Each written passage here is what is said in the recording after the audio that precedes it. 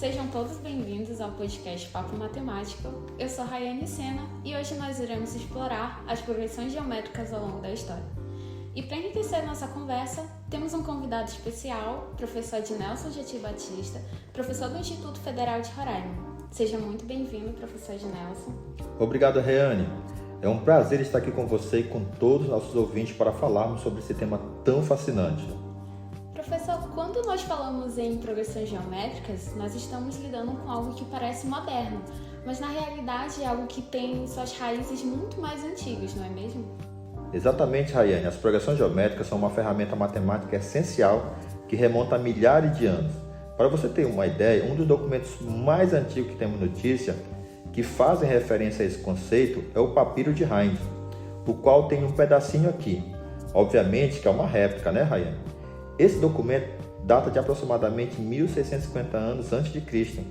Esse papiro egípcio contém problemas matemáticos que, quando resolvidos, mostram o uso de progressões geométricas em cálculos relacionados a impostos e outros aspectos da vida cotidiana na época. Isso é incrível! E como que essas ideias evoluíram ao longo do tempo? Bem, as progressões geométricas continuaram a se desenvolver ao longo dos séculos, mas uma das representações que é intrigante e me fascina vem do Egito Antigo, e eu acredito que nossos ouvintes também já ouviram falar, pois está presente nas mais diversas histórias de ficção e é o tão popular olho de Horus.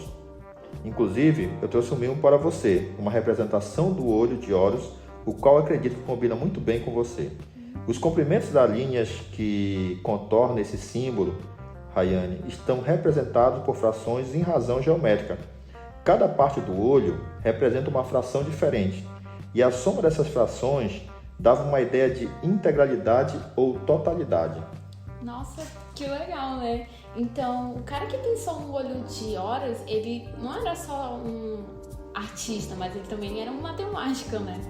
Então, nós podemos dizer que as progressões geométricas elas já eram utilizadas pelos egípcios, ainda que de forma simbólica? Rayane, eu acredito que sim, viu? É o que todos nós acreditamos.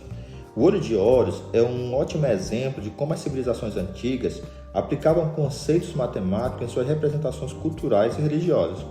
Embora talvez não estivessem cientes de que estavam utilizando progressões geométricas, é claro, ou talvez, quem somos nós para afirmar algo nesse sentido? O que temos de fato é que o conceito estava presente em suas práticas. Professor, e quanto às outras civilizações? Como que as progressões geométricas elas aparecem nas suas culturas? Rayane, outras civilizações que utilizaram progressões geométricas, eu posso citar a exemplo a civilização indiana, como o texto matemático conhecido como Subha Sutras. Estes textos, datados de cerca de 800 anos a.C., abordavam problemas geométricos e aritméticos que envolviam proporções e sequências geométricas. Outra civilização que a gente pode estar dando exemplo, Rayane, é a Grécia Antiga. O tão famoso Euclides, em torno de 300 anos a.C., também tratou dessa sequência em sua obra Os Elementos. Você conhece? Sim, é uma das obras bastante famosas, né? Famosas de Euclides. E é impressionante como que as progressões geométricas elas se espalham por diferentes culturas ao longo da história.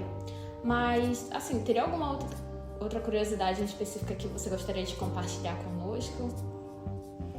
Sim, e me lembra quando eu fazia o ensino médio.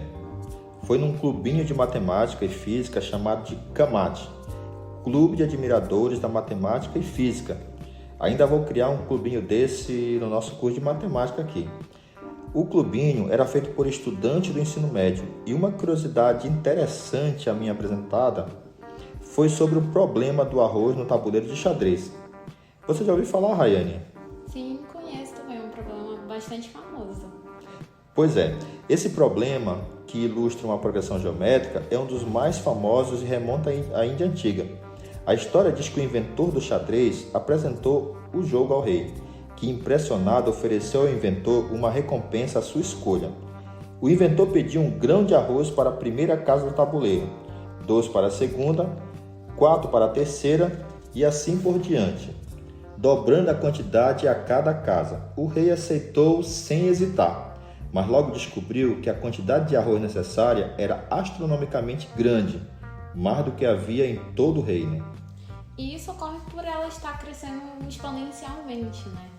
Professor Adnelson, antes de nós encerrarmos, eu gostaria de saber se há alguma relação interessante entre as progressões geométricas e os fractais, que tem ganhado aí bastante atenção nas últimas décadas. Excelente ponto, Rayane. Eu quero acreditar que um dos primeiros trabalhos de conclusão de curso do Brasil sobre fractais foi o meu, Rayane. Eu vou resumir dizendo que os fractais são uma aplicação fascinante das progressões geométricas na matemática moderna. Eles são figuras que se repetem em diferentes escalas, e esse comportamento de repetição está intimamente ligado às progressões geométricas. E você poderia assim, nos dar um exemplo específico? Claro. Um dos exemplos mais famosos é o triângulo de Sierpinski. Ele é construído a partir de um triângulo equilátero, onde se remove o triângulo central menor, deixando 3 triângulos menores nos cantos. Esse processo é repetido infinitamente e cada uma das etapas dessa interação pode ser descrita por uma progressão geométrica, onde o número de triângulos cresce quando o seu tamanho diminui exponencialmente. Nossa, isso é fascinante. E como que as progressões geométricas elas se manifestam nesse processo? Bem, no triângulo de Sierpinski, para ser mais exatos, a área total dos triângulos removidos em cada etapa forma uma progressão geométrica decrescente. À medida que continuamos removendo triângulos, a soma total das áreas removidas se aproxima da área total do triângulo original, mas nunca alcança completamente. Isso demonstra como as progressões geométricas podem modelar situações de infinita repetição e aproximação, característica dos fractais. Então nós podemos dizer que os fractais eles são uma representação visual das progressões geométricas? Rayane, eu acredito que sim. Eu penso que é exatamente isso. Os fractais famosos, por exemplo, como o conjunto de Cantor, a curva de Koch, o próprio fractal de Mandelbrot ou os arbustos fractais, também existe essa natureza de autossimilaridade, onde parte da estrutura são versões reduzidas de todo o conjunto original.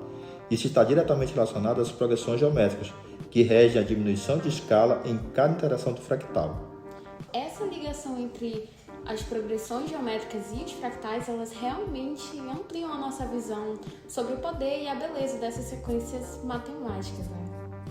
E bom, o papo tá bom, mas o episódio está chegando ao fim.